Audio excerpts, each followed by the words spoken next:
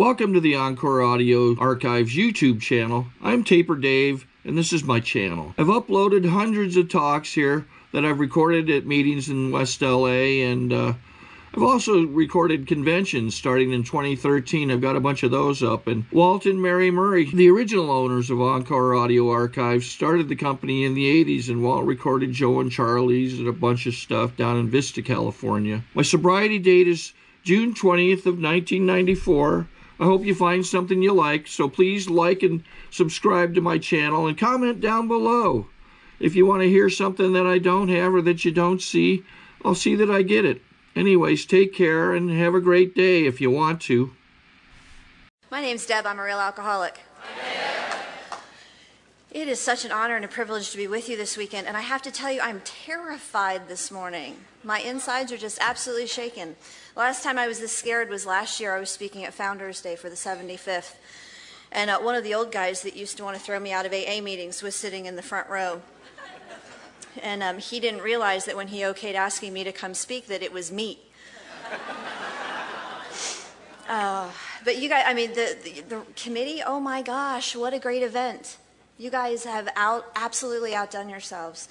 Thank you, Kathy and Ron, for taking such good care of me this weekend. And Kathy, who arranged everything, the hostess person, you guys just did a really, really great job. I mean, the South Bay Roundup, I may come back just for fun. Really. Really. And I'll bring others with me.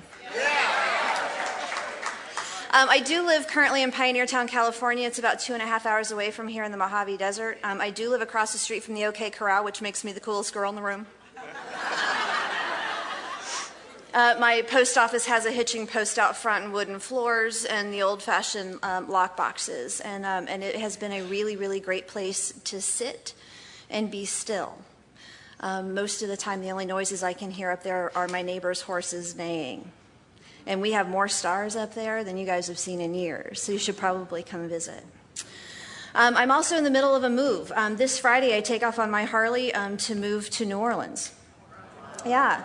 So I'll be living in the Big Easy from here on out. So when it says Deb Helton or Deb H from New Orleans, nobody will wonder, where in the world does she live? Everybody will know. Oh, anyway, I was asked to come here this morning to close this roundup, and I have no idea how in the world to do that, because the energy in here is just going to go on all year, and you guys are going to do it again next year. You know, I don't think that you guys ever really close this, do you? It just keeps rolling. Because every time I think I can't be any more exhausted, there's something else fun to do.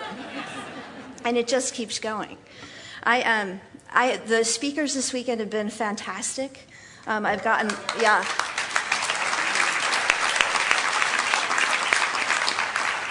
I mean, I got nuggets and little pearls of wisdom this morning at the family breakfast. I learned that they're not affairs, they're called overlapping relationships. I mean, you just never stop learning in this program. You really don't. I hope to goodness I never have to explain one of those, but I know how to talk about it now if I have to. Oh, my sobriety date is March 15th, 1987. Yeah, and so I've got a little bit over 24 years of sobriety. I've been sober more than half my life. I walked into the rooms of Alcoholics Anonymous and stayed when I was 15 years old. Now, I was given some of these stats when I was the opening speaker in Louisiana at the Louisiana State Convention, and after the talk, you guys have the thank the speaker line. Well, there was an old guy with white hair. He walked up in the thank the speaker line, and he said, I did the math and figured out you got sober at 15, and I quit listening. And I'm thinking, dude, it's the thank the speaker line.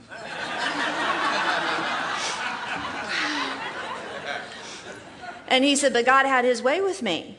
He said, and I'll be damned if you're not a real alcoholic. I said, yes, sir, I am. He says, well, you've changed my impression of young people around Alcoholics Anonymous. And I said, well, that's great. He said, I'm going to quit ignoring those young people in my home group. I'm going to go home, pick me one out, and sponsor him. I've since met that young man. He is unhappy with me. He said, I think you're responsible for this old guy I can't shake. I said, yeah, I might have had a little something to do with that. Sorry about that. Oh, I was born and raised in a tiny little town, about 5,000 people strong, right outside of Akron, Ohio. I was born into a family that had been racked with alcoholism for decades before I had entered into it. My mother was raised by an alcoholic. She was married to my father, who by that time had his own case of alcoholism. And I was born into this family, and I had no idea that it was any different than anybody else's family. My dad, but they had moved to Ohio after the coal mines started shutting down in West Virginia, and they did that great migration across the border to get some of the union jobs in the factories that were springing up. And so I'm a hillbilly at heart. And my dad worked in one of the factories, and he was a member of one of the unions, and my mom worked in a factory, and she wasn't a member of the unions, but they both worked really hard. They got up, they went to work every single day, and they came home and they did the absolute best they could. My dad, when he would get home in the afternoon between 2:30 and 3, he would roll into the driveway and he'd have a 12-pack of beer under his arm. He would drink those 12 beers, and sometime around 8 o'clock in the evening, he'd get back in the truck to go back down through the beverage drive-thru and get 6 more. And he'd come home and he'd drink those. And if all he did was come home from work and drink beer and sit there quietly, that'd be one thing, but that's not the way my dad did things at all. He was a very quiet, very angry man, and every now and then he would get very, very violent. And so when I was growing up in the alcoholic home, I really did not know for a while what was going to happen. I didn't know if it was going to be one of those quiet nights where he would just sit there quietly and drink and pass out, or if it was going to be one of those nights where somebody said the wrong thing or moved the wrong way, and it would trigger these flashes of rage that just never ended. I had no idea what my day was going to be like, none at all. And what I didn't know is that I was really, really terrified. I mean, I knew that I was scared of him, and I knew that I was scared of him when he would lose his temper. And I knew that I was kind of always on my toes, but again, I didn't know that that wasn't normal. That's just kind of the way I was growing up. My sister and I might have a sister, she's not quite 2 years older than I am, and she and I, we were just experiencing this thing together. And you know, I look back on that and I think, gosh, I was so incredibly terrified. But what I learned really quickly in growing up in that alcoholic home is that being scared was not okay, because that was a position of vulnerability. I didn't have those words back then, but I knew it. Being angry was a position of strength and power. And so what I did was I took that fear and I turned it into anger. And I walked around my neighborhood and I became the neighborhood bully. I was the kid that was running everything in the neighborhood. If we were putting together a bicycle jump, I was the one that was designing it. If we were putting together a little dance routine, I was the one who was choreographing. If we were going to do a park cleanup, I was the one who was figuring out who was going to go buy the trash bags. I was absolutely in charge of everything, and God help you if you didn't do things exactly the way I wanted you to do them, because I was large and angry and in charge and intimidating even when I was this big. And I walked around and I had, my little shoulders were on my ears and my little hands were balled up in fists, and I was ready for anything that came my way because I never knew what it was going to be. And the more my dad drank and the older that I got, the more predictable he got. And instead of being that guy who would just drink and get quiet and quiet and quiet, he became the guy who would drink and would fly into rages every single day. And so we lived our lives on our toes, and I lived my life ready because I knew that it was coming, and I just hurt all the time. I physically hurt all the time from the beatings. I emotionally hurt all the time because all I wanted him to do was to love me. I really wanted to be Daddy's little girl. He just wasn't interested in having a little girl. But I was there waiting for him, and he could never show up because of alcoholism, and I didn't understand that.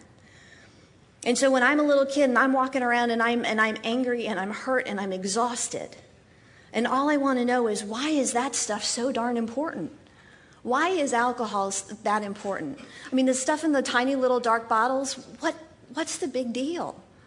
And nobody would ever answer my question. Nobody would tell me why that stuff was so important.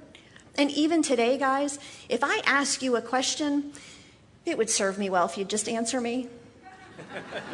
Because if you don't, I'm going to go do research. And so when I was 9 years old, after asking the question over and over and over, I went to do some research. I spent the night with a friend of mine. Her parents had a full bar in their basement, and her parents, they drank that stuff too, but they got happy and they danced and they loved on each other and they had a great time at their house. So I knew that there was something different in those bottles, but I just wanted to know what. I had no idea why their family got happy when there was drinking and my family got mean when there was drinking. but I wanted to find out what that drink stuff was. So we spent the night there. We slept down in the basement, and we started picking bottles off the bar based on their labels. Now, I'm 9 years old, so the first bottle I pick is Christian Brothers, because at that time it had little pilgrims on the label. I'm 9. That made sense to me. Now, for a long time, I would say in my talk that it was Christian Brothers whiskey, and Sister Maurice, who I understand was here not long ago, she's sitting in the front crowd when I'm telling my story, and she says, honey, that was brandy. I was like, well, leave it to the religious to know their liquor.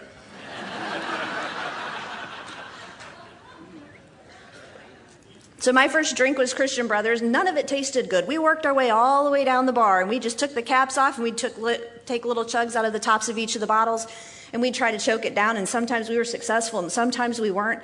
And I have no idea how much I had to drink that night. It likely was not much. But somehow I choked down enough alcohol, and it worked. I didn't know what I was doing. I didn't know what it was going to do, but I knew it was important, and I was expecting something. And so that night I started out like this, drinking out of the tops of the bottles, and when I got enough in me, all of a sudden my shoulders came off my ears, my little hands let loose, and I exhaled all the way.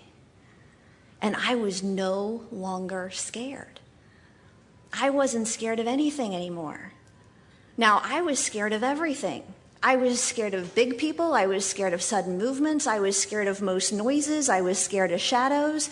I was scared. There's still one noise that sticks with me today, and that's the sound of rubber tires rolling down a gravel driveway. I hear that sound today, and I sit up really straight, and I look around and take quick stock and make sure that I'm doing the best I can. And that night when I had something to drink, everything just evened out. And I exhaled, and I thought, oh my God, I get it. I get it. That's why he drinks this stuff. That's why he drinks this stuff. All of a sudden, I didn't hate my dad anymore. I understood him. I became one with him. Because I thought, if he feels like this when he's drinking, why shouldn't he drink? And I should drink this stuff as often as I can. And if my mom would just drink, everything would be fine. Oh my gosh, I was like, she just needs to shut up and drink.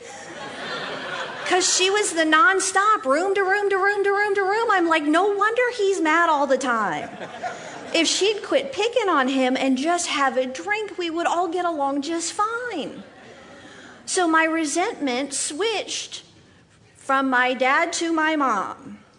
And I began drinking as much as I could, as often as I could, because that feeling of relief was freaking magic. It was magic. I never felt so good. I never felt so safe. I never felt so relaxed. And I thought, oh, finally. And I understood why everybody else's parents drank too. I really did. Now, when you're 9, you can't just ride your Huffy down through the beverage drive-thru, pick up a 12-pack, and go kick back and watch Scooby-Doo. There are some limitations. And so what I had to do from that point on, and I knew it was wrong. I knew that I had to hide my drinking. I knew that I wasn't allowed to drink it. My mom had been really clear. Nobody's allowed to drink it. Even grown people aren't allowed to drink it. So I knew that I had to hide this thing. And so what I did was, every single person who was in my life, you got to be in my life based on whether or not you increased or decreased my access to alcohol. If your parents had a bar, you were in. If your parents had a bar and drank a lot, you were in the inner circle.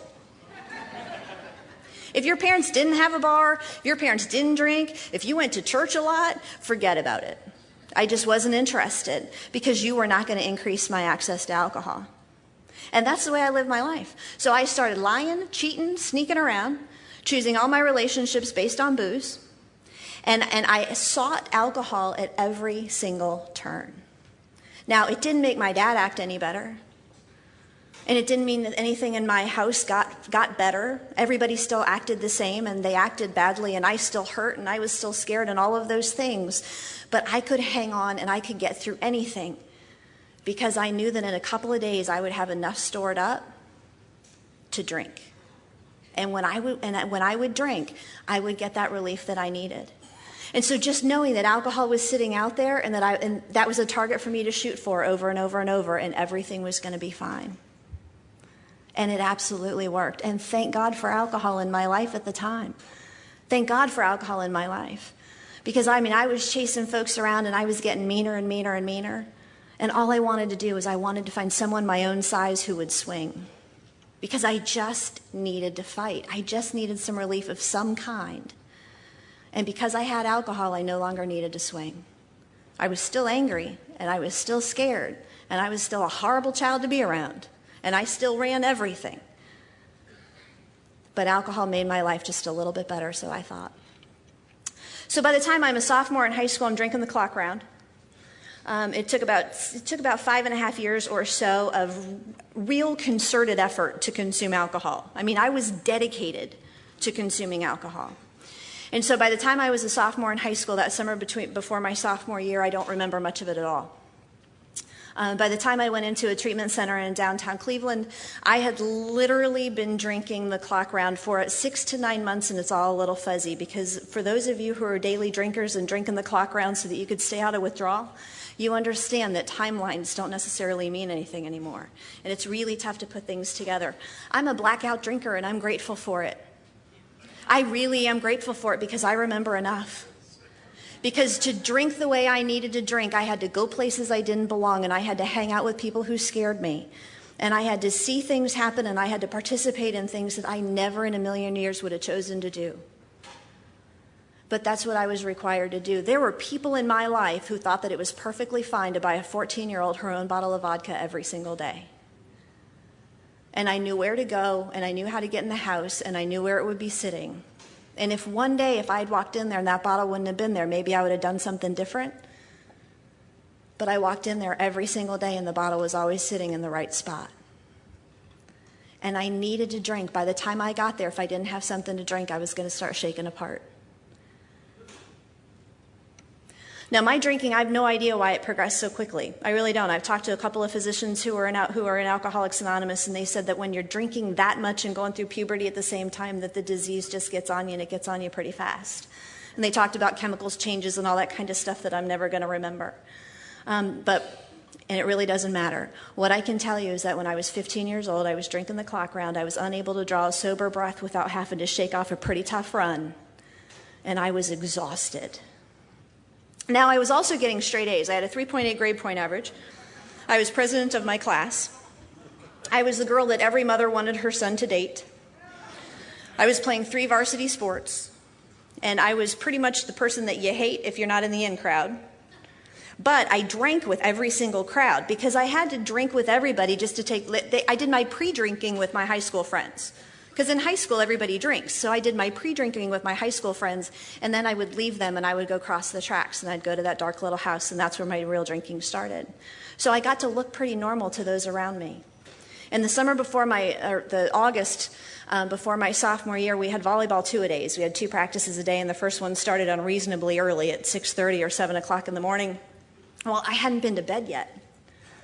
And so I would go straight from wherever I had been held up, and I would go and I would check in for volleyball practice in the morning.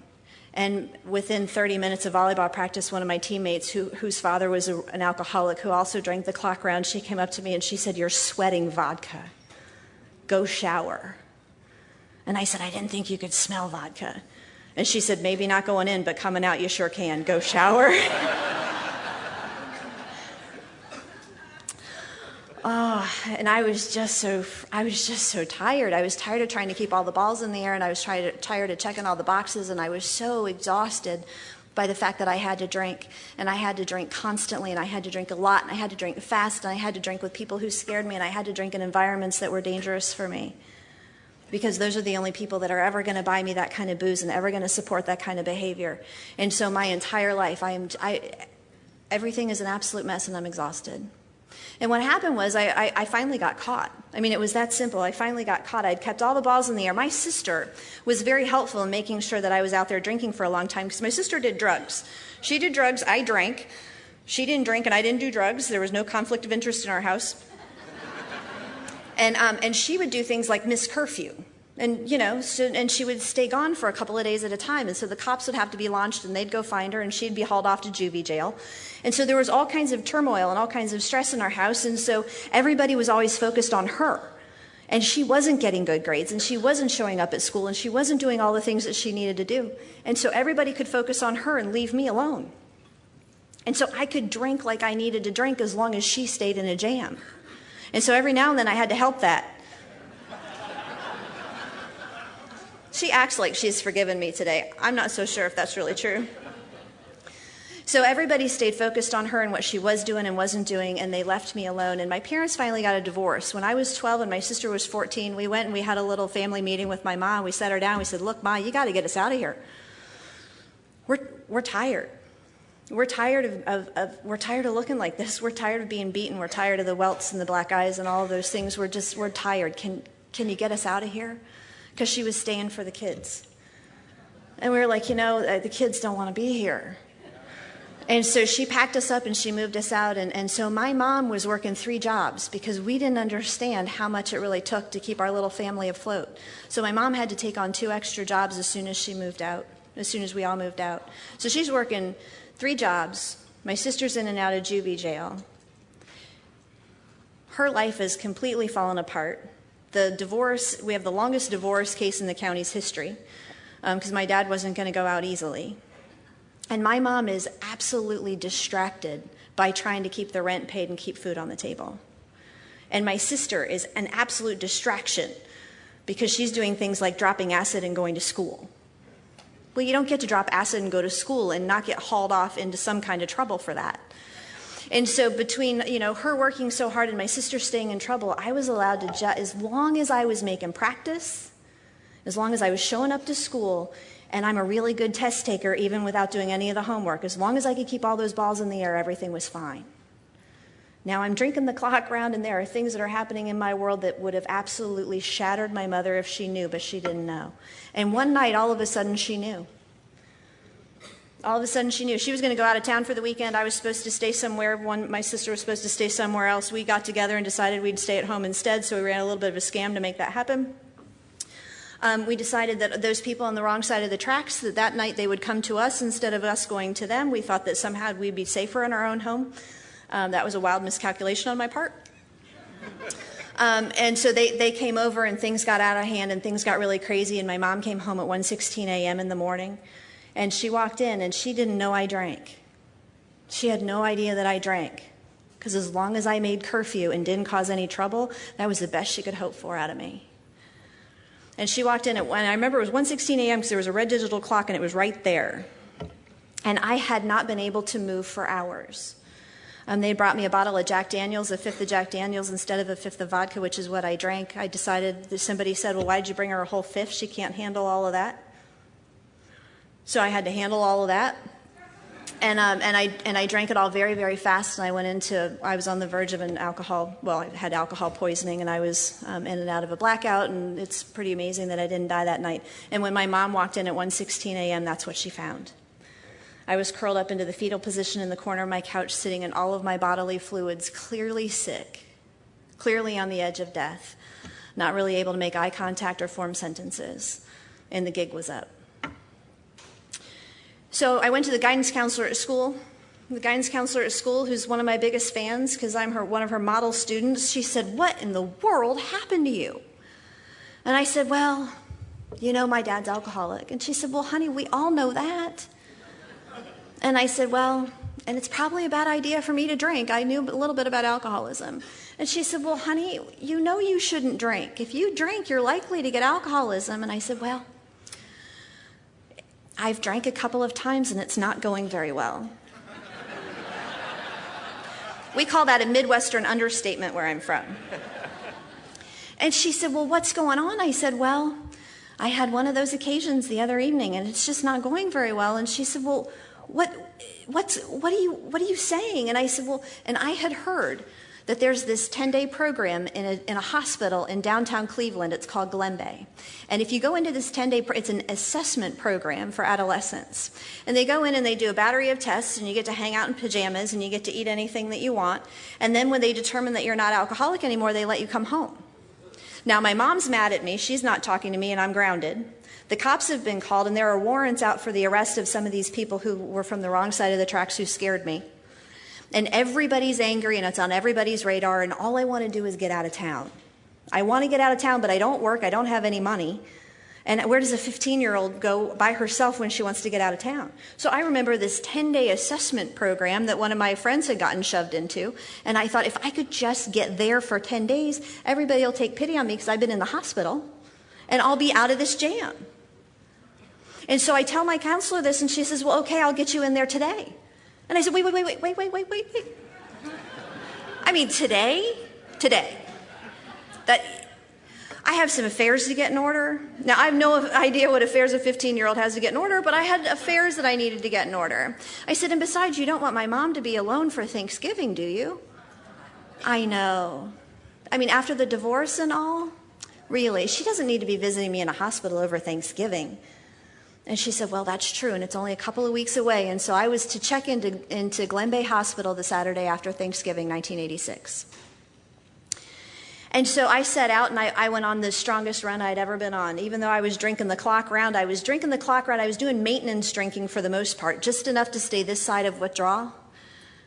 And instead of just trying to stay this side of withdrawal, I went full on, and I decided if I would drink myself to death, that would probably be an okay thing. And so I drank absolutely everything I could get my hands on, and I met other people who scared me, and I went to depths that I had never gone to before, and I just drank like a person who wanted to die because I did.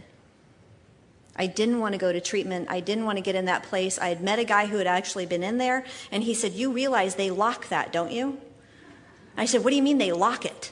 He said, it's a locked unit, because I thought, you know what, I'll go in, I'll check in, I'll play all their little games during the day. As soon as the counselors go to sleep at night, I'll shimmy down the side of the hospital, I'll go out, I'll go for a run, our kind of run. And as long as I quit drinking about 4 a.m., I can probably come out, I could probably shake off that drunk well enough to go to group at 8. And that was my plan. And then he told me that they locked the unit, and I thought, man, that's completely unacceptable, because I don't know how to get through an entire day without something to drink. Because when I'm not drinking, there's that merry-go-round that goes round and round and round in my head, and it is nothing but every single bad thing that has ever happened to me or that I've participated in, because I got no skills to deal with the outcome of any of that. All I can do is relive it, one event after another, after another, after another. And so I have got to continue to drink. I have got to continue to drink. So I go on this run to end all runs, and I wake up in downtown Cleveland in Glen Bay Hospital, and I'd been there for 3 days. I was in a blackout the entire time I was in there. I was going through horrible withdrawal because they too didn't believe that adolescents could be real alcoholics. And so they just strapped me down in a room, and they let me shake, rattle, and roll. And I came out on the back end of that drunk, and I was fairly certain that I wasn't going to survive it, which would have been fine. But I get on the backside of that drunk. I'd been in this assessment thing for about 5 days before I could put together full sentences. And they came in and they said, and I said, all right, well, when am I getting out of here? How many days do I have left? When did I get here? And how many days do I have left is all I wanted to know. And they said, you're not going anywhere. We're keeping you. And I said, no, it's just all a big misunderstanding. I really don't drink that much. And they said, really? And they showed me the paperwork that I had filled out while I was in my blackout. And I had been completely honest with them about how much I had been drinking and how often and with who and where and all of those things. And I had been completely honest, and that was not my plan. So they decided they were going to keep me for a full 30-day treatment program. I go downstairs on day 10 to go into the treatment program, and the counselors are rolling up their sleeves and they're loosening their ties, and they call a code back to the assessment unit. And I caught one of them as he's heading up the stairs, and I said, what's going on? And they said, your sister's here. Not only had I gotten honest about my own escapades, but I had also gotten somewhat honest about hers. So they called my ma at home, and they said, you got another one. Bring her on in. And my sister, they tricked her, and they said, don't you want to go in and see your sister? I mean, we were running buddies. And she said, yeah, I want to go visit. And so they said, all right, well, let's go visit Deb. And they get her up to that unit, and the door locks behind her, and she lost it. And there were people flying and chairs flying and stuff moving around in that unit like they were not used to at all. So, and I'm down in this treatment unit, and I'm trying to figure out how to get out of there because I'm now sober. I got no skills, I got no program, I got no relief, and I need some. And I'm trying to figure out how in the world to get outside of this locked unit. I don't care that I'm in downtown Cleveland. I don't care that it's wintertime. I don't care that I don't know my way around. I know that if I can just get out of there and talk with the right person at the right time with the right tone of voice, I can get a drink, and that's all I'm interested in. I don't care about your group therapy. I don't care about all your lectures. I don't care that you think I have alcoholism. I just need a freaking drink.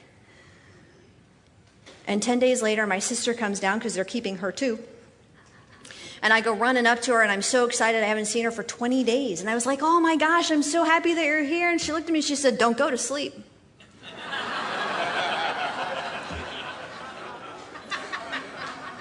I don't know why she was so touchy. So I stayed awake for the last 20 days of treatment, again, trying to figure out how to get out of there. And they put us in an adjoining room because they thought we shared a room at home, so this would be great. Which all that meant was that she had access to me after hours when I was really tired. And she did not, we are professional grudge holders in my family. I know now that they're called resentments, but we called them grudges, and we're professional grudge holders. And I knew she wasn't going to let this go easily, and she didn't. And so I'm getting out of that treatment center after learning absolutely nothing, being completely obsessed with getting a drink of alcohol, having no spiritual experience, gaining no real information about alcoholism, learning nothing in group therapy. They even gave me a little junior's counselor's badge because I was so good at deflecting and throwing the attention on other people. And I get out of there after another 20 days. My sister catches me as I'm getting on the elevator, and she said, you don't drink until I get out of here. She said, you will not be out there drinking while I'm stuck in here because of you. She said, you go to my people and get my stuff, and you go get your stuff, and you wait. I'll be home in 10 days. I have no idea why I waited, but I did. I went home, I got her stuff, I got my stuff, I hid it in the floor underneath the floorboard where we put our stuff, and I waited for 10 days. Oh my God, I was thirsty. I was thirsty. There's booze under the floor. I'm not drinking it because for some reason I got this loyalty to her, so I'm waiting for her to get out. She gets out 10 days later, and I'm like, oh, thank goodness. I take her upstairs, and I flipped up the floorboards, and I'm like, look what I have. We're good to go. And she said, wait. They called it a spiritual experience. They did what? Who? And she said, it happened just a couple of days ago before I got out. They called it a spiritual experience. We need to give this sobriety thing a try. And I said, no, we don't.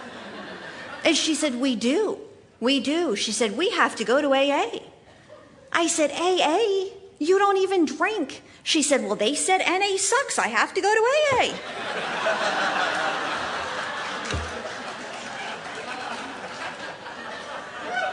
So, and I'm like, what about this? And she said, just hold on to it. I don't think we're going to need that. Then I was like, what do you mean? Well, speak for yourself. She said, we have to go to AA. I said, I don't want to. And she said, I'll tell if you don't. So here's how we went to AA. My mom would drive us to AA. She'd drop us off 15 minutes before the meeting started. We would stand outside and we'd smoke cigarettes. I didn't smoke, but I learned. We would smoke cigarettes until we were at least 5, sometimes 10 minutes late for the meeting. We would walk downstairs. All of them were in church basements at the time. We would walk downstairs into the church basement. We had those metal folding chairs at most of them. And we would walk through the center of the room, making as much noise as possible, and then I would take the chair, and instead of lifting it so that I could gently get it out and sit down so I wouldn't make any noise, I drug it across the chair and made as much noise as possible because I wanted you to know that I was there and it was your fault somehow. And then I would get up and down during the meeting, and I would have 3 cups of coffee, and I didn't even like coffee. But it seemed the reasonable thing to do. And then when you all circled up at the end of the meeting to pray, I was out of there. Because I was a little heathen. I'd never been to church. I didn't know how to pray. I wasn't much interested in it. And the only thing I believed about God was if there is one, he's not going to have anything to do with me. Because I've already acted so badly. And so I got out of there, and I wasn't going to circle up and pray with you people because I didn't know the words to the Lord's Prayer. There's a lot of words in the Lord's Prayer, and I didn't know them, and you weren't going to pull my punk card like that. And we went to meetings of Alcoholics Anonymous like this for a couple of months. Dropped off early, smoked cigarettes, got there late. up, down, through the middle of the room, screeching the chair, screeching the chair, screeching the chair, praying, out of there. I'm going to meetings in Akron, Ohio, the birthplace of Alcoholics Anonymous, and back in those days, they didn't put up with that crap very well. But they put up with that from us for 2 months. Now, the president of Alcoholics Anonymous, his name was Mac Shadburn.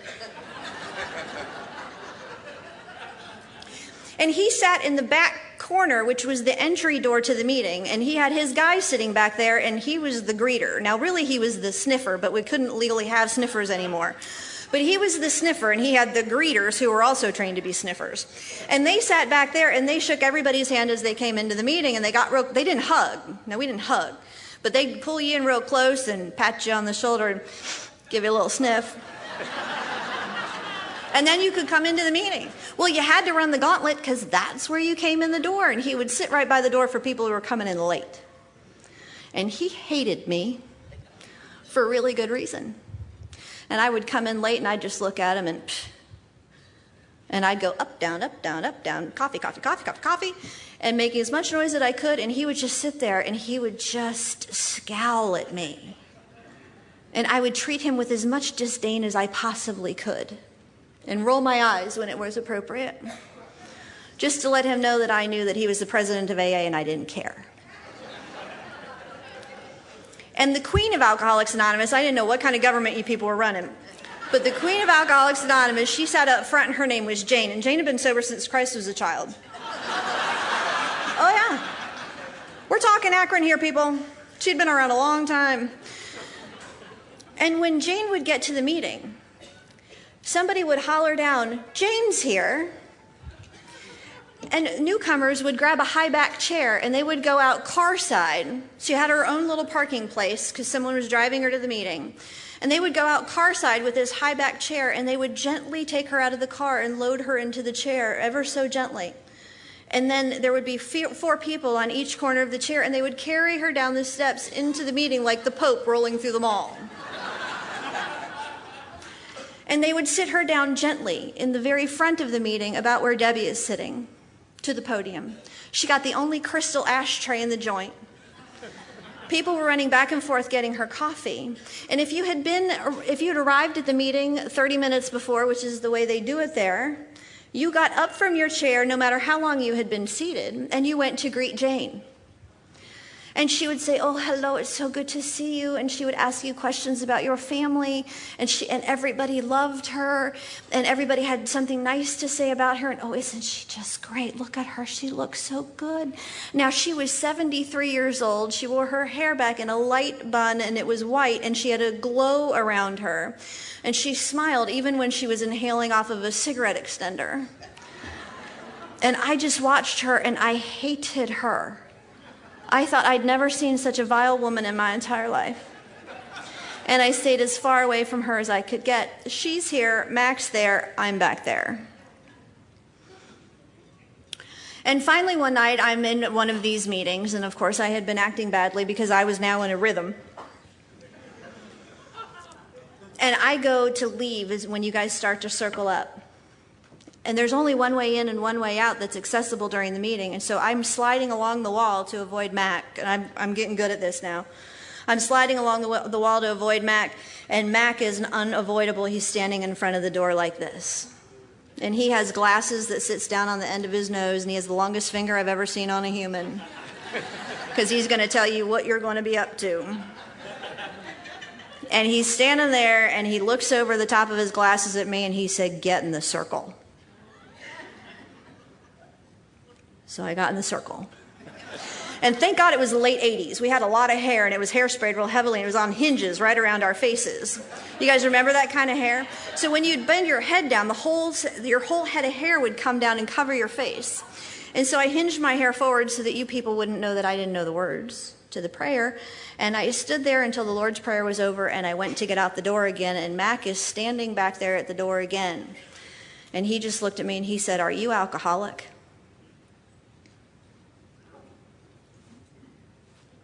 I don't know. He said, "Can you control your drinking?" And I thought, well, that's ridiculous. Who does that? I mean, I knew you guys were a little bit crazy, but man, who'd control your drinking? So does that mean that you drink enough to get drunk and then you stop because that'd be the only reason to drink? Or is he talking about like control it like they do on TV where they have like 1 or 2 drinks when they go home from work and that's not really enough to even get started. So I'm not really sure what he's asking me. And I said, and he said, here's $5, go find out. Really? Uh-huh. So I went and I got my sister and I'm like, go get your $5, we were out of here. I was so happy. I had been waiting for somebody to give me permission to drink because I was stone cold sober for like 4 months. I hadn't had anything to drink. My shoulders are on my ears. My fists are balled up like this and I'm terrified and I'm angry. And I'm sick all the time. And I've got this merry-go-round of images in my head that won't go away. And I can't look at myself in the mirror to brush my hair. And I can't look in the mirror to brush my teeth or to apply makeup or to do any of that stuff you do when you're a young woman. Because if I do that, I might get a glimpse of myself and I don't want it. I am so ashamed of the way I live my life. I'm ashamed of the way I treat you. I'm ashamed of absolutely everything. And all I want is some relief. I am thirsty, and I got no way to drink alcohol without somebody catching me at this point, and I am absolutely at the end. I am desperate, desperate, desperate for a drink. I don't hear hope in Alcoholics Anonymous. I don't hear any of that stuff in Alcoholics Anonymous. All I know is that I need a drink because I need some relief, and all paths to alcohol had been blocked. And here's this old guy, and he just told me to go try to control my drinking. He gave me these instructions, though. He said, try to control your drinking. If it doesn't work, you get back here.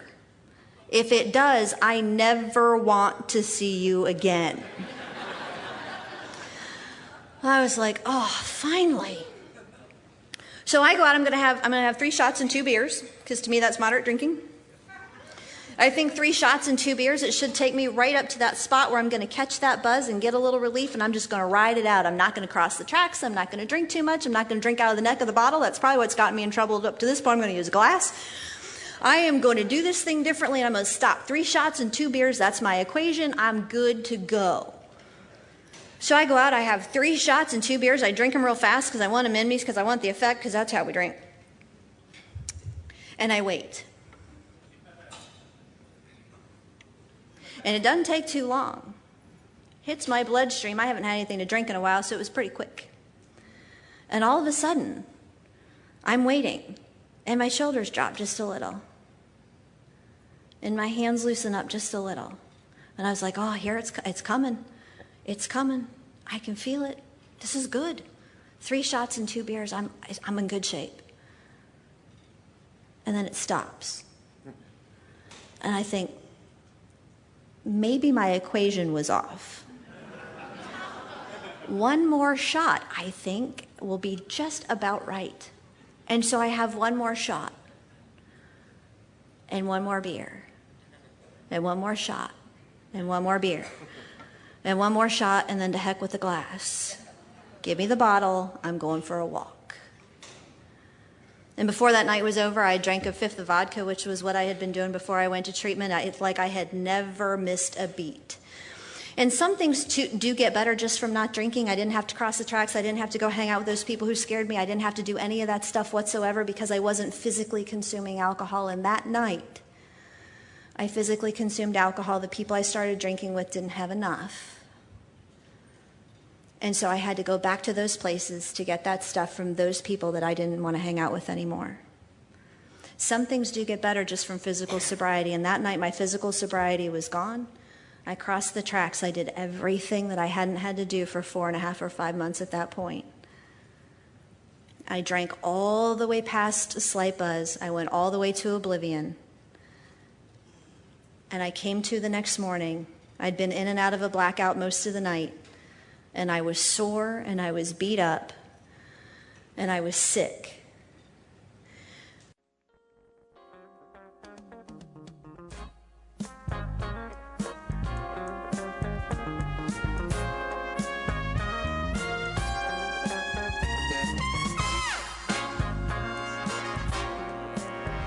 We hope you've enjoyed this recording.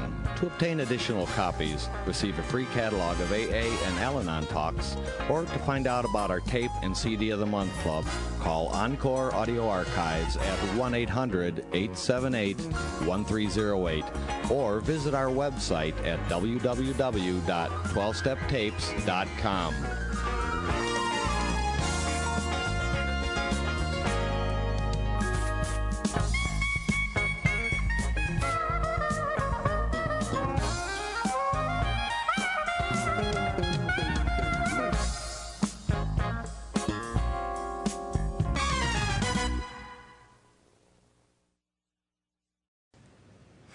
And I sat up and I thought, oh my God, you are young, you're otherwise healthy, and this is what it's going to be like for the rest of your life. I have no idea why I got the truth in that moment and why I was able to hear the truth in that moment. But for all of us who are sitting in this room, sober members of Alcoholics Anonymous, we get the truth delivered to us one time, and for some reason we're able to hear it. And the truth for me was that it was never going to be better the next time. The truth for me was I was never going to be able to have 3 shots and 2 beers and take the edge off and just ride that out. The truth for me was that I'm alcoholic. And, you know, alcoholism for me isn't defined by the numbers of cars I've crashed and the number of wives or husbands I've drank away or the number of kids I've neglected. Alcoholism for me is defined in the doctor's opinion in the Big Book of Alcoholics Anonymous. I have a body that is allergic to alcohol. When I drink alcohol, it triggers a craving in me that normal people do not get. The more I drink, the thirstier I get. And when I'm not drinking, I have a head that tells me that my only reasonable choice is to drink again. No matter what kind of jam I've gotten myself into, no matter how I hurt, no matter what I've done to you, my head convinces me that drinking is my only reasonable choice. And the moment that I drink, I get thirstier and thirstier and thirstier, and I'm unable to stop drinking. That's alcoholism. They didn't teach me that when I was sitting in treatment. I went back to a meeting of Alcoholics Anonymous, March 15th, 1987, that very day when I came to, because I had heard Max Shadburn in my head. You know how these old-timers, they get in your head. And I heard Max Shadburn, and he said, if it doesn't work, you get back here. So I walked into a meeting of Alcoholics Anonymous. I got there on time. I sat in the middle. I only got 1 cup of coffee. I didn't write any notes. I didn't try to get any dates. I wasn't a disruption to the meeting. I sat there quietly and listened to people talk gibberish. Because I didn't understand what you were doing in Alcoholics Anonymous, but I knew that if it didn't work, I was supposed to come back, and there I was. And you all circled up for the Lord's Prayer, and I got in the circle. And I went to leave immediately once you guys said amen, I'm headed to the door. And Max Shadburn's standing back there at the door. And he said, did you get a sponsor? No. He said, you're getting a sponsor before you leave this room. So I walked up to every woman in that room and I said, will you sponsor me? No. Will you sponsor me? Will you sponsor me? Oh, no, sweetie. Will you sponsor me? So I walked back to the door with Mac and I went to leave and he said, did you get a sponsor? And I said, no one will sponsor me. He said, that's a lie. I said, I'm not asking her.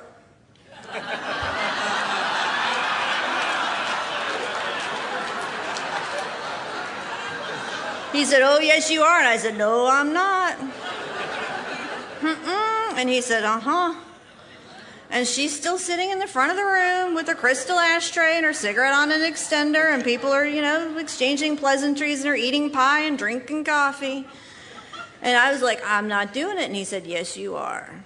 And he stood in the door. And he wouldn't let me out. So I walked up to Jane. I have no idea how in the world I decided to go ahead and follow through with this, other than I was terrified that Mac was never going to let me leave. And I walked up to Jane and I said, excuse me, will you sponsor me? And she looked up at me with that smile that she gave to everyone and that glow and that cigarette, and she said, why should I?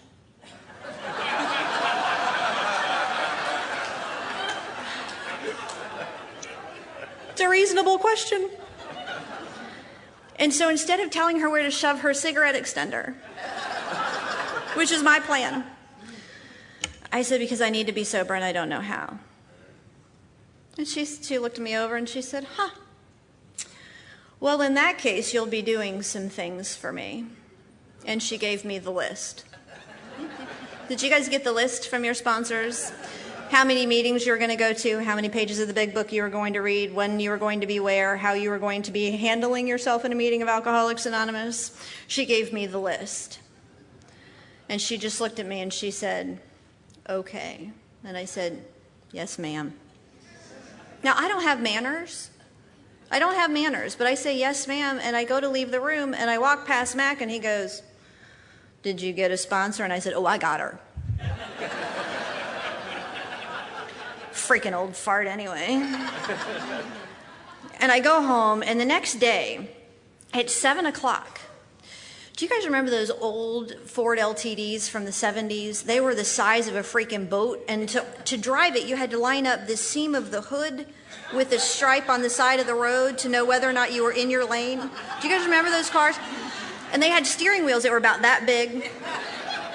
And you could turn it with one finger, you know? But you had to be aggressive in your turning, because if you wanted to turn up there, you had to start back here. And then the car would get up to the corner and it'd be like, oh, here.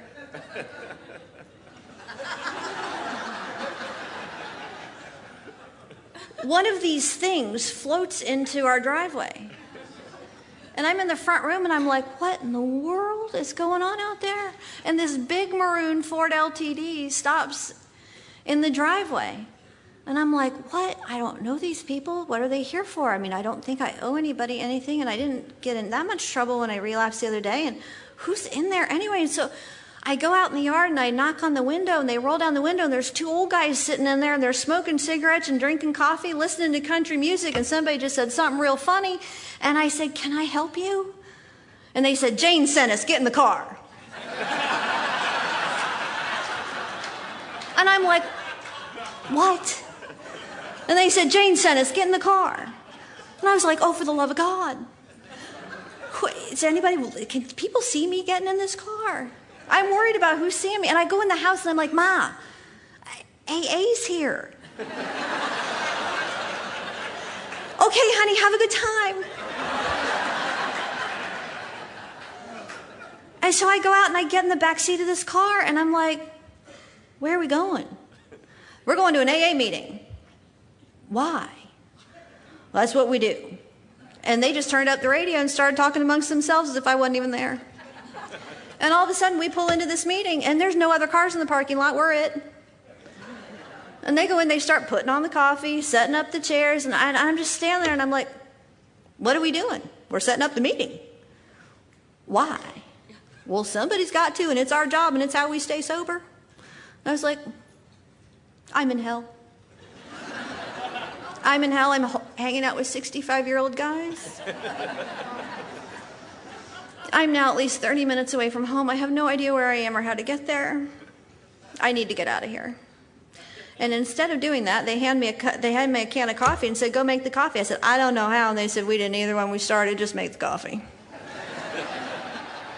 So I made the worst pot of coffee I believe any newcomer had ever made. And they didn't take me home after the meeting. Oh, no.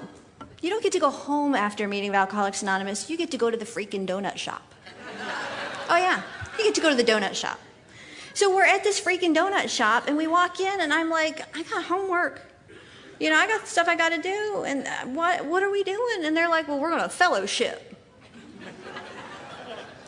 Does that mean I have to hang out with you guys longer? And again, I have no idea where I am or how to get home, so there I am at the freaking donut shop with the 65-year-olds. And they're smoking cigarettes and drinking coffee, and they're telling stories back and forth, and they're talking about things that matter. And I'm sitting there quietly, and I'm watching them with great skepticism, because they start talking about how they pray. These old guys talking about how they pray, talking about this conversation with God. And then they start telling stories about how they got to go over to their daughter's house for Sunday dinner. And they hadn't been invited to Sunday dinner in 16 years. And they got to go to Sunday dinner. And then one of them said, I got to take my grandson fishing. And he liked it so much that we're going to get to go again this weekend. And they talked about inventories and making amends. And every day, there was an enormous car sitting in my driveway at 7 o'clock. And I had a Monday crew, a Tuesday crew, a Wednesday crew, a Thursday crew, a Friday crew, a Saturday crew, and a Sunday crew.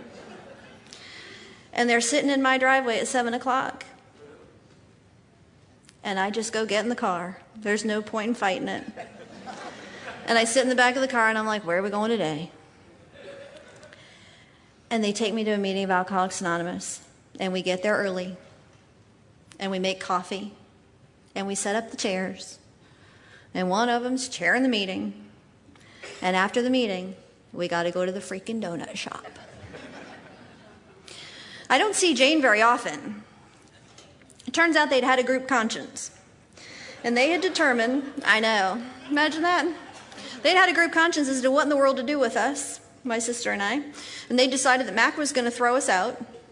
If we happened to show back up, Jane would sponsor us. But that Jane didn't have the energy to really sponsor us properly, so everybody had a job. Everybody in that group had a job. And so I had drivers. And I had my Monday crew through my Sunday crew. They were my drivers. And in each of those cars, those duos of men, they had their strengths. They had their areas. They were specialists in some area of Alcoholics Anonymous. And they also had their favorite donut shops. Now, I became very discerning about what a good donut shop was and what it was not. But they had their favorite donut shop and they had their specialty area in Alcoholics Anonymous. Some of those guys were all about inventory. I learned more about inventory from those guys than I ever wanted to know. Some of those guys were specialists on prayer and relationship with God. Well, I particularly hated those days because I wasn't overly interested in those things. Some guys, they were just great storytellers. But it seemed that every story that they told had something to do with forgiveness. And some guys were step fanatics. They could walk you through exactly what you were supposed to do to take the steps of Alcoholics Anonymous like no other duo in the world. And there was a good cop, bad cop in every single car. Didn't take me long, I started to catch on. I was like, oh shit, it's Tuesday, the God guys are coming. Oh, and now it's Thursday, great, inventory night. And guys, I have no idea how long they showed up. But instead of me going, oh man, it's 7 o'clock, maybe they'll forget to come tonight. All of a sudden, I'm standing on my front porch in my coat waiting on them. And then I'm standing down by the driveway because they were never late. And they never asked me for gas money. And they never asked me to buy my own donut or my own cup of coffee or my own cigarettes. They just told me to get in the car. And I got in the car and they saved my life. And they had determined in that group conscience that it didn't matter how old I was or how sick I was or what a brat I was, that if I showed back up after being tossed out of Alcoholics Anonymous, if I showed back up, it was their job to save my life. Period. That it wasn't up to them to determine who was an alcoholic and who wasn't an alcoholic. If I popped back up, I was theirs. For better or for worse, I was theirs. And what I can tell you about that crew is that they became everything to me. There was a moment, I think I was 17 years old, and I was doing, don't ever let somebody within the first couple of years take true stock of their own lives by themselves. It generally doesn't work out well. And so I'm standing and I'm taking stock of my life, and I thought, oh my God, I used to be the class president. I used to get straight A's.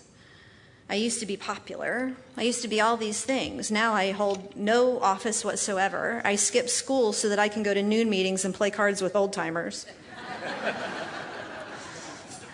My cool card was pulled a long time ago, and all of my friends, their average age is 70.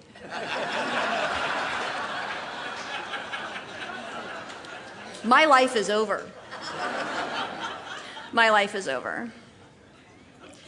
But for some reason, I continued just to get in the car. And Jane, I wasn't allowed to talk. I wasn't allowed to talk in meetings of Alcoholics Anonymous. She said, meetings of Alcoholics Anonymous, that's where we talk about the solution to alcoholism. You got no idea what that's about, so you won't be spreading your disease.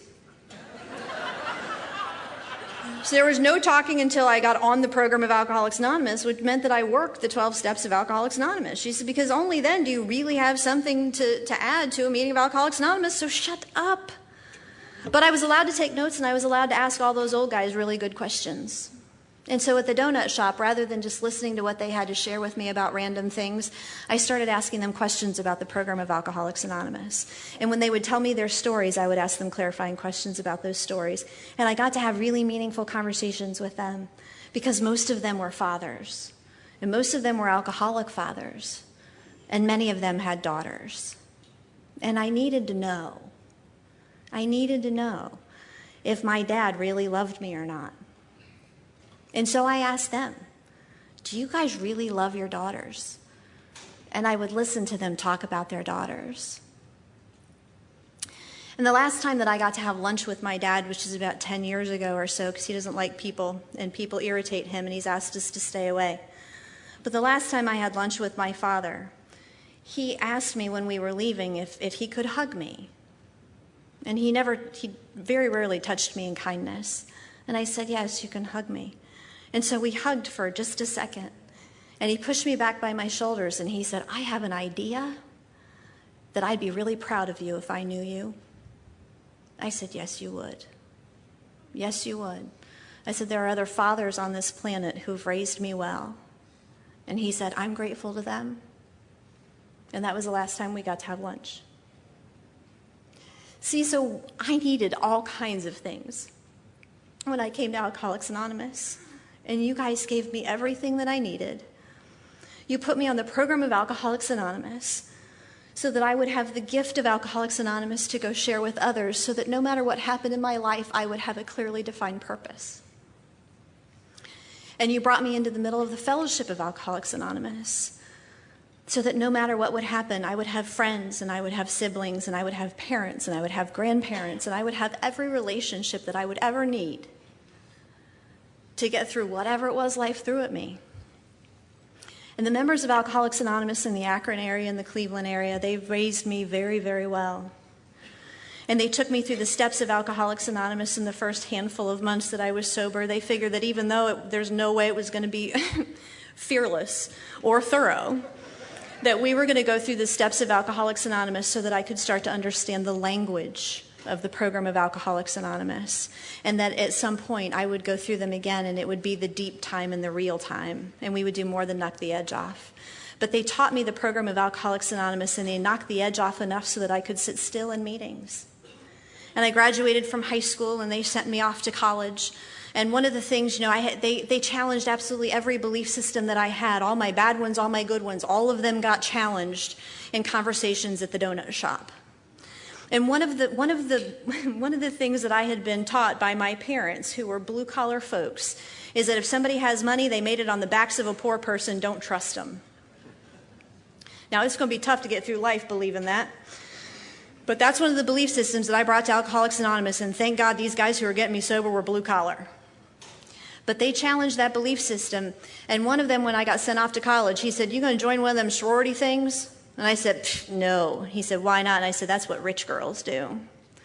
And he said, then you go find where the richest of the rich girls join and you join them. And I said, no. And he said, yes, ma'am. And I said, yes, sir.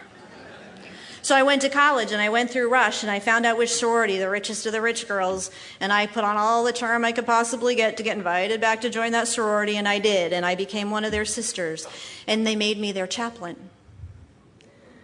Because I had a relationship with God that was meaningful and that could be used in a time of great crisis or great joy. I had been given a relationship with God sitting at the donut shop. I had been taught to pray by working my way through the big book of Alcoholics Anonymous. There's plenty of prayers in there. There's no need to wing it. So I was taught to pray through those words, and I was taught how to have a personal relationship with God sitting at the donut shop in deep, meaningful conversations with these old guys. And when they told me their stories, I thought, well, I haven't done anything that bad, and if God forgave him, maybe he'd forgive me. And they told me, they said, okay, here's the deal. God is good, orderly direction will be given that to you, and that's where we're going to start. So you just put your faith in us, and then we're going to shuffle you off of us to a God of your understanding. And they let me explore all kinds of spiritual oddities and anomalies out there, but they kept a hold of me to make sure that I didn't go in too far into a place I didn't belong. But they let me look around, and they helped me to build a relationship with God. They made sure that I prayed for the things that needed prayed for, and that when God gave the answer, that I didn't miss the fact that God gave the answer, because it is through that process that we gain faith. It's through that process that I come to believe in God. It's through that process that I know that God listened and he took action on their behalf. And so they made sure that I prayed, because they said, well, you probably ought to pray about that. I said, oh, that's right, I probably should. And so I would pray about that. And then when something would happen, they'd be like, well, why do you think that happened? I'd be like, God? Yes, that's God. And I'd be like, all right, one for God. And a little bit at a time, I developed a relationship with God, and I realized some years down the line that I was automatically praying about everything first, and that I was expecting to see the results from God's answers. I was no longer doubting whether or not he was going to say yes or no. I just knew he was going to answer. And I began through Alcoholics Anonymous and into that sorority and into my work life through my first and second and third jobs. I began to talk about my relationship with God in a gentle way. And when things would come up in other people's lives, I'd be like, well, we should probably pray about that. And I would pray with people who didn't know God. And when God would answer that prayer, I would go back and I would point out to them that God had answered their prayer so that they could begin to develop a relationship with God. And guys, I have no idea why the Spirit of God worked through those people and they determined that it was their job to save my life. I have no idea why that crew of people got together and decided that for some of them it was their last hurrah. Jane couldn't sponsor me on her own because she was dying of lung cancer. She didn't have the energy. She knew she was going to be going into a nursing home soon, and thank God the nursing home was close to the high school. Because when I would go walking home from school, I would drop in and see Jane. I didn't care how she was doing, but she needed to know how I was doing. So I kept her entertained, and I allowed her to be of loving service up to her dying day. And Mac, who she fought with, who stood back by the door, the guy who stood by the door, I love the fact that we read Sam's poem today. Mac, who stood by the door, he also had lung cancer but didn't know it yet. And when I'm a year and a half sober, Jane and Mac die within 2 months of each other. And I said it's what people do when they lose the person that they fight with the best. The other one goes too. But they didn't allow me to become dependent on one person or one path. They allowed me to become dependent on all of them, on the fellowship of Alcoholics Anonymous that was fueled by the solution given to us in the program of Alcoholics Anonymous, so that I had what it would take to move on from them. And I did move on from them. And I can tell you, finally, I graduated from high school, I graduated from college, I got a master's degree. I've had lots of relationships. I had to go to therapy once and get some outside help because the relationship with my dad was so tough.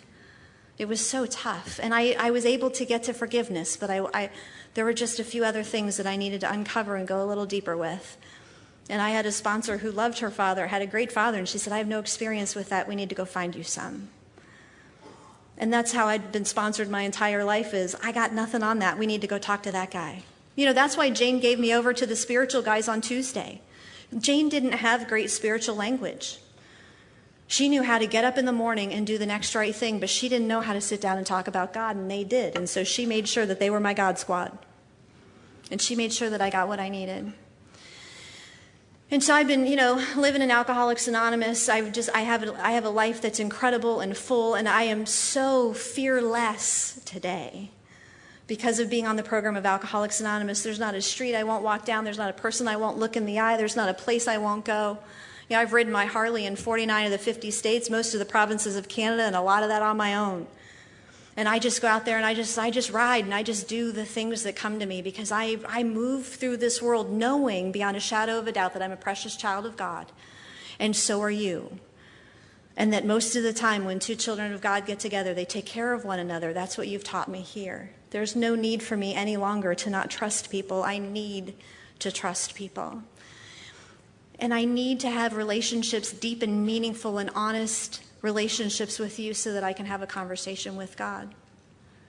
I pray and I meditate and I do those things, but when you and I are sitting down and we're having a cup of coffee, that is the conversation that God wants us to have. He wants us to talk about Him, and He wants us to pull each other, sometimes kicking and screaming, into a deeper relationship with Him.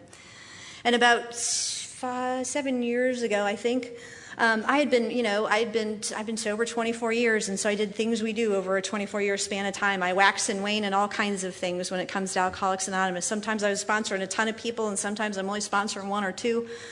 Sometimes I'm going to 7 meetings a week. Sometimes I'm going to 3. I mean, life comes and goes, and things, it gets big and small, but it's consistent. It's consistent. I don't ever quit this. No matter what else is going on, I don't quit this. And about 7 years ago, I think, 8 years ago now, I met a man, Lee, and Lee's 6'2", 6'1.5", big broad shoulders, bald head, major in the Marine Corps. I mean, he is blue eyes. Gail met him. He was handsome, wasn't he handsome? Whew, he was handsome. And I met him, and we started hanging out together. And we met him. There was a 74-year-old lady at the YMCA introduced us, so I knew we were good to go because I didn't pick him. And so we started hanging out together, and we rode Harleys together, and we golfed together, and we did all this kind of stuff, and he became my best friend, and I became his best friend, and we fell deeply, and oh my gosh, we fell totally in love with one another. And we were dating for a couple of years, and God, for some reason, He has this annoying habit of He gets involved in my life in a very specific way, and sometimes He will have conversations with me about the things I'm not doing. He probably has those with you too. You're just missing the fact that God's actually running that conversation. And so God starts to have this conversation with me about the fact that He wants all of it. Sandy was talking the other night about surrender. Well, maybe, can you just take 80%? Well, I had given up about 98%. 98% when it comes to relationships with men. 98%. God, you know what? Guide my behavior. Allow me to see them the way you want me to see them. I'm in. Most of the way in. I got a couple of chips that I'm holding back. And God just came to me one day and He said, I want it all. I want it all. And I knew what He was talking about. I was in love with a man who had no relationship with God. And my theory on all of that had always been, look, I'm the one that has to have a relationship with God. I'm the one with alcoholism. I got it. I'll be spiritual enough for both of us. Don't worry about it. He's a good guy. He does good things. He's a leader of Marines. He's just a good guy. He doesn't have to have this deep and effective relationship with God. It's really not that big a deal. I got it. And God was saying, all of it. Abandon yourself to me. I have complete and total and perfect love to give you, and you continue to block me. And I was like, I hear you, God, but no. I hear you, but do you see Him? I'm not giving Him up.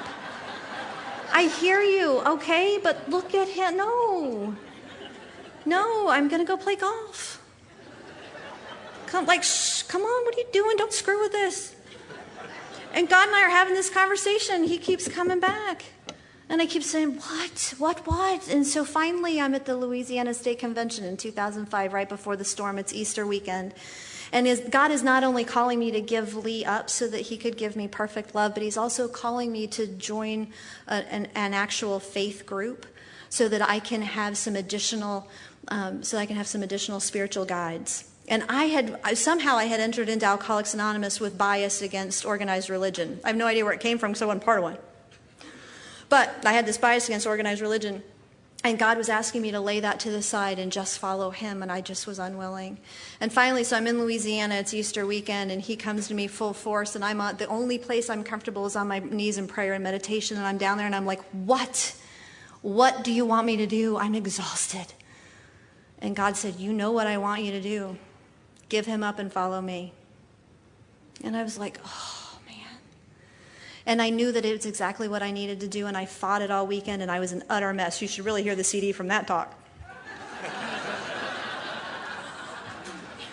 That was good stuff. Woo. And they're like, man, it's a good thing she was Saturday morning. Our crowd was low. And I finally get what he's saying. And there's a speaker there. His name is Walter H. And Walter H. is from Houston, Texas. And Walter comes up to me and he says, he said, God usually sends me to talk at these things. He said, I have a little bit of a controversial talk. He usually sends me to talk at one of these things because I have a specific message for a specific person. And I think I'm here for you. And I was like, me, I'm a speaker. And he said, I think I'm here for you. You probably ought to sit next to my wife during my talk on Sunday morning and don't be late. Okay. So I go and I sit next to his wife, and Walter delivers the message. And the message is, he absolutely shuts the door on the fact that I am going to actually give him up and I'm going to go follow God. He just nails it, snaps in the edges. And he tells the story about the carpenter and all of this stuff. And so I get back from that talk, and I'm exhausted. I haven't slept, and I know that I have to break up with this guy so that I can go. I'm joining the Catholic faith. That's what I'm supposed to do. So I go and I do all of this stuff, and I have dinner with Lee, and I said, okay, I said, here's the deal. I'm breaking up with you. He said, you're breaking up with me? I said, yes. I said, I have to go become Catholic. You don't love God. You don't even pray. I have to have this deep relationship with God that continues to grow, and you're in my way. He said, what do you mean I'm in your way? I said, you're in my way. I said, I rely on you when I'm supposed to be relying on him, and you're so strong and you're such a good man that you picked that slack up for me. And I can't continue to do this. You're that guy, and you can't be. I have to go in with God all the way. And I haven't abandoned myself to him yet, and it's the next right thing. And he looked at me and he said, are you sure it's not another guy? And I said, oh my God, that'd be so much easier. And he said, yeah, so you're leaving me for God? And I said, yes, I'm leaving you for God. And he said, well, I love God. And I said, you don't pray, you don't go to, you don't do anything. And he wasn't in AA, so I wasn't expecting him to, be preaching it from the mountaintop. But I was like, you don't have a relationship with God. And he said, well, I was raised in church. And I said, but you don't have a current relationship with God. And I got to go to God, and I got to go to God without distractions. And you got to go. And he and I, we cried and we cried and we cried. And so I went to the priest and I said, okay, here I am, I'm yours. I'm supposed to follow God. That means I got to become Catholic. What do I got to do? And he said, well, don't be so excited about it. And I'm like, you don't know what I've given up to be here. Once again, delivered to the footstep of the place that's going to give me a deeper relationship with God, and I'm resentful about being there. You see in the pattern? And so what I don't know is that Lee has walked away from that conversation, and he's gone and he's had a conversation with his battalion chaplain. And he talks to, and I know the chaplain, and he says, Deb broke up with me. And Carter said, well, why? You guys are great together. And he said, I know, she's going to become Catholic and said that I get in the way. And he said, she's going to become Catholic. And Lee said, yeah, what am I supposed to do? And Carter says, you probably ought to go to Mass.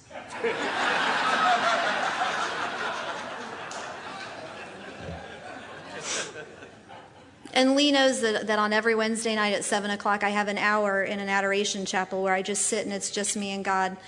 And I run past all of the things that are going on in my life and the lives of everybody that I love. And it's 1 hour of intensive conversation with God in this little chapel in downtown where we were living. And one day Lee shows up. And he gets on his knee and he has an engagement ring. And he said, if it's Catholic, I'm in. And so he and I, we spend a year joining the Catholic faith together. And what I know today is that because he wasn't a member of Alcoholics Anonymous, he needed to be in a place where he could learn how to speak a spiritual language. And I needed to learn his language. You see, I was willing to give him up, and God took him, cleaned him up a little bit, shook him up, and gave him back. We were going to have love, but we were not going to have the kind of love God wanted us to have, because I was willing to settle for pulling all the spiritual weight in the relationship. And God said, no, I want something better for you.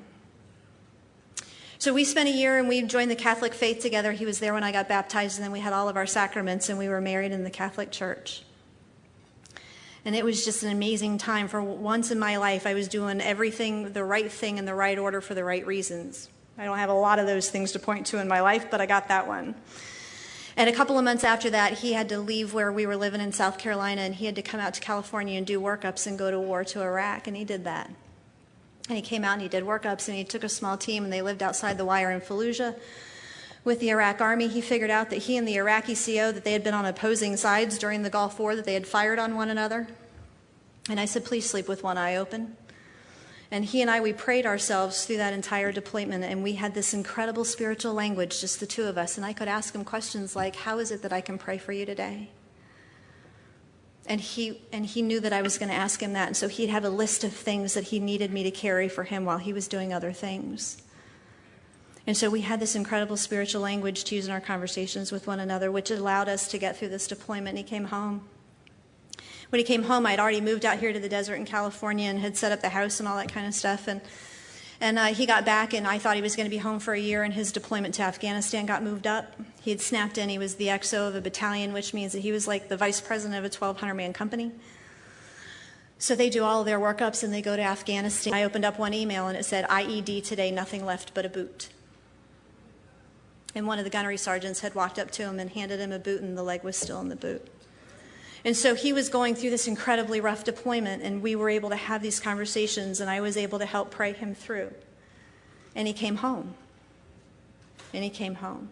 But he came physically home. It took him a while to get the rest of him home, because the emotional and the mental journey back from war is sometimes long and tedious. And you know what? I just talked to God, and I would get up in the morning, and I'd say, okay, God, I have no idea what I'm supposed to do for him today, so give me what you got. And God would teach me how it was that I was supposed to be a wife to him so that he could come all the way home. And on April 28th of 2009, I'm working for the Marine Corps at this time. I'm an emergency manager and work out on the installation. He and I are both working really, really long days, and he had come all the way home. He'd been home for about 5 months, and he was back, really back. And we had started planning for our future, and we had started, because you don't do that. When they go away to war, you don't plan for the future.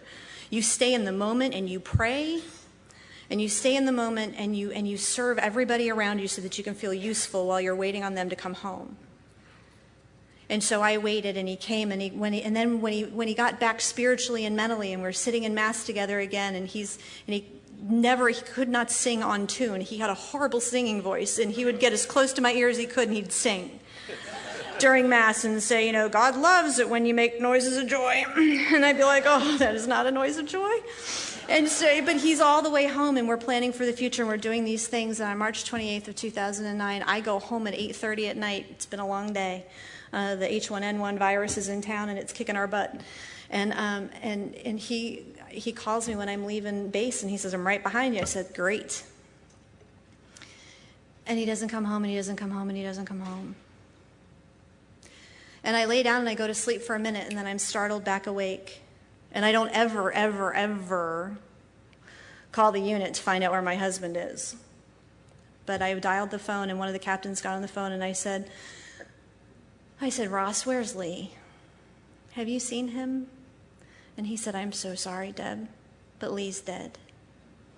I said, that moment, I don't know if Sandy's in the room, but Sandy talked about that moment. And I had that moment. Ross is on the phone. I have the handset. He's just told me that my husband died. And I gasped for air. And I said, God, I need breath. I need breath. And I don't know what else, so stand by.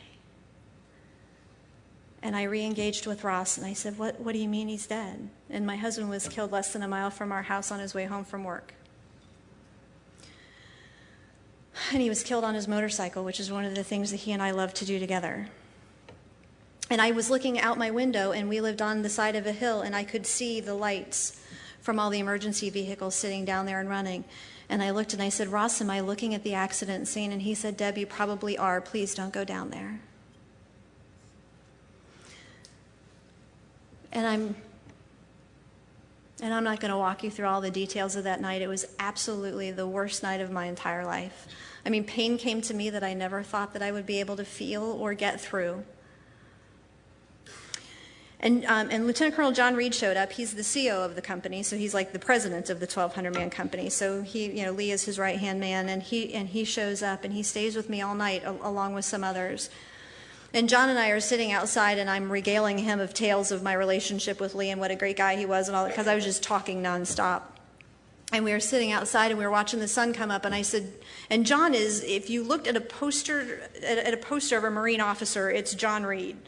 Very squared away, I mean, he hangs out with Marines, and he's a Marine. He's a Marine's Marine. And I looked at John, and I said, oh my God, John, there's something that you need to know about me that you don't know. And he said, well, what is it? And I said, I'm a member of Alcoholics Anonymous, and I've been sober for 22 years. And he said, okay. And I said, no, they're coming. When the sun gets above that mountain, they're coming. And he said, okay. I said, I sent 3 text messages, one of them here, and they'll be here as soon as the light comes up. And he said, okay. And I said, John, they don't look like people you're used to hanging out with. He said, oh, okay. And I said, no, they don't match. They don't match. And they don't look very squared away, most of them. And he said, okay. I said, they're a motley crew, John, and they're going to take over everything. I said, so you just need to let them. And he said, oh, okay. Does this crew have a leader? I said, oh, yes, you'll know exactly who she is the moment she gets here. And the sun peeped up over the mountain, and here comes my home group. And my friend Sybil, who's sitting out here in the audience, I think she was third up the driveway just because the 2 guys moved faster than she did. And Alcoholics Anonymous came, and Alcoholics Anonymous took over everything. You guys were of service to me in ways that I didn't know that I needed. You absolutely picked me up, and my feet never did touch the pavement until I was able to stand on my own. And we've been at this grieving thing now for just a little over 2 years. And I've been sitting still. One of the old guys in my group, I looked at him and I said, what am I supposed to do? And he said, please sit still and just grieve. You're young, and I want you to grieve now, so that you're not grieving forever. And so I sat still in the desert, and I did meaningful work for the Marine Corps, and I kept all of my commitments. I was back on an airplane about 8 days after he died to go talk in Wisconsin. You should get a copy of that CD too. I've had some real doozies out there. But all I knew was that I needed to show up and keep my commitments. And all I knew was that I needed to continue to sponsor the women that I sponsored. And I needed to go to my home group. And I needed to allow people of Alcoholics Anonymous to actually be of service to me. There was a moment where I was going to turn everybody off and send everybody home because I didn't want people to be inconvenienced. And one of my friends walks up and she says, you need to get this straight. We need to take care of you. We need to be of service to you. So you allowing us to be of service to you is actually being of service to us. Okay. She had to give it to me in that sense so that I understood. Because you know what? When Max Shadburn died, I walked up to one of the old-timers in my group, and I was 16 years old, and I said, I feel like I need to do something. And he said, go over to Max's house and do the dishes. And I remember showing up at Max's house, and I'd never been there before, and I knocked on the door, and Mrs. Shadburn answered the door, and she said, can I help you, honey? I said, I'm with Alcoholics Anonymous, and I'm here to do your dishes. And she said, honey, we don't have any dirty dishes. And I said, can I sit quietly and wait, please? I've been sent by my sponsor to do your dishes. And she said, yes, honey, you can come in and do the dishes. I said, and I make a mean pot of coffee. And she said, fine, you keep the coffee hot. And I walked into my house at one moment, and there was a girl standing at my sink who I did not know, and she was doing my dishes. And now it's time for me to move on from the desert. God and I have been having this conversation for a while. And I sat still, and I did good work, and I did everything that I was supposed to do out there. And it's time for me to move on to the desert. And God and I, we set up an arrangement the day that my husband died. That day, when my house filled up with people, there were old-timers in my house, and they were saying things like, it's okay to be angry with God. You're allowed to be angry with God. He's big enough. He can take it. And I'm standing there, and I'm looking at all of these people in my house, and everybody's like, yeah, he's right. You're allowed to be angry with God. He's big enough. You're good to go. Just go ahead and put all that anger on him. And I was thinking to myself, I don't want to be angry with God. Do I have to be angry with God? Why do I have to be angry with God? Really, I'm good. I want to be in relationship with God, not in an angry relationship with God. And my phone rings. And somebody has my phone, and they're taking messages, and my phone rings. And Christine brings me the phone, and she said, there's some crazy guy on the phone. His name is Walter from Houston, and he said he has a message for you from God. I said, give me the phone. And Walter gets on the phone, and he says, darling, I love you, and you know I love Lee. Now, remember, Walter was the guy who delivered my message in New Orleans. And I said, yes. He said, I'm so sorry that Lee is gone. I said, I am too. He said, God wants you to know that there are things that happen in this world that break his heart, and Lee's death is one of them. His heart is broken, and it will be healing alongside yours. And so he wants you to stay very close to him and to rely on him. He didn't cause this, because God receives people, he doesn't take them.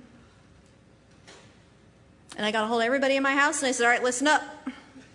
We are not going to be angry with God about this.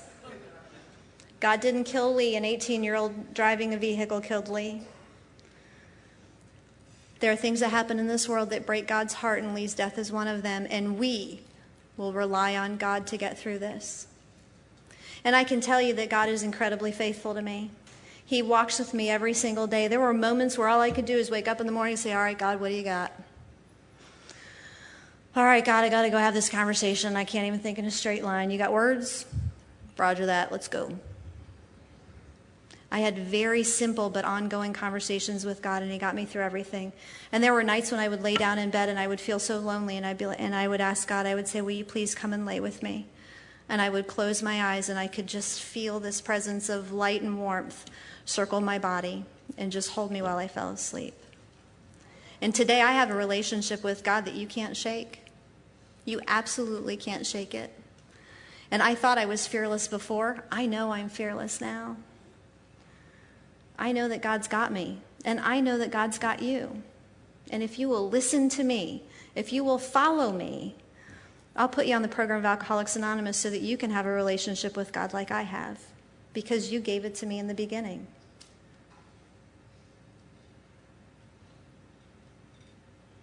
This has been an incredible weekend with incredible stories. And I think all of them have to do with our incredible journey and walk with God. My priest is a Franciscan, and he was doing a retreat for a bunch of nuns. And there was a nun who was waiting on an elevator, and she was celebrating 80 years since she took her vows. She was 98 years old, and she was celebrating 80 years as a nun. And my priest sat down with her father Ski, and he said, sister, it's just amazing that you have been that faithful to God for 80 years. And she said, she just tapped him, and she said, oh, Father, it is he who has had faith in me for 80 years. Thank you so much for having me this weekend.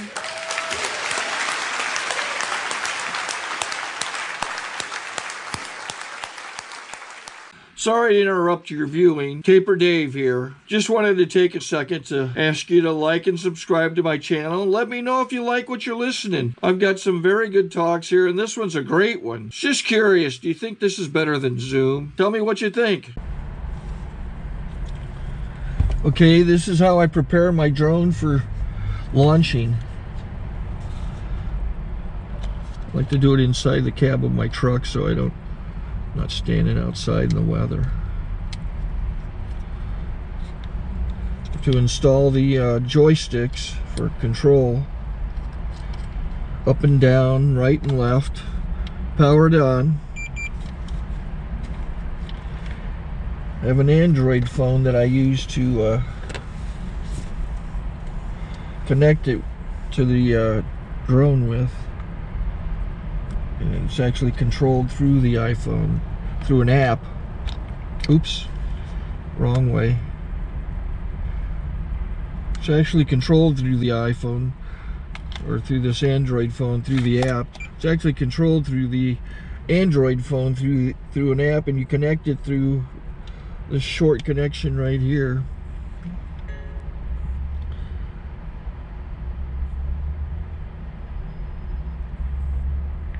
Remote control connected. Remote control's connected. So Pull out the drone. I have to extend the legs. Long legs extended first, then the short legs. Remove the gimbal protector. Set that aside, then power it on one short burst and one long burst. I lay it down. So I have to go to calibrate. So the drone's not connected yet. It shows you here as this drone gets disconnected, even though the remote's powered on. So the drone has to establish it's connected. So I go into the app to calibration mode. First I'll calibrate the remote controller. Start calibration. Out, in, oop, out, in, up, down, and then this little wheel is to control the gimbal. So it's calibrated. Go to gimbal calibration, start calibration, and then it calibrates the gimbal. I don't know if that shows up. The gimbal's moving all over the place. Changes, you can see it on the video. And I'm calibrated to take off. It's acquired 7 satellites at the moment. There are 26 satellites up in the sky, which it has to acquire before you can take off. So it's connected. It's got enough satellites. This is white. I can go to press this little arrow button, swipe right to take off, and it would start the motors if I slid this to the right. But I'll wait till I get outside. Don't want to do it inside.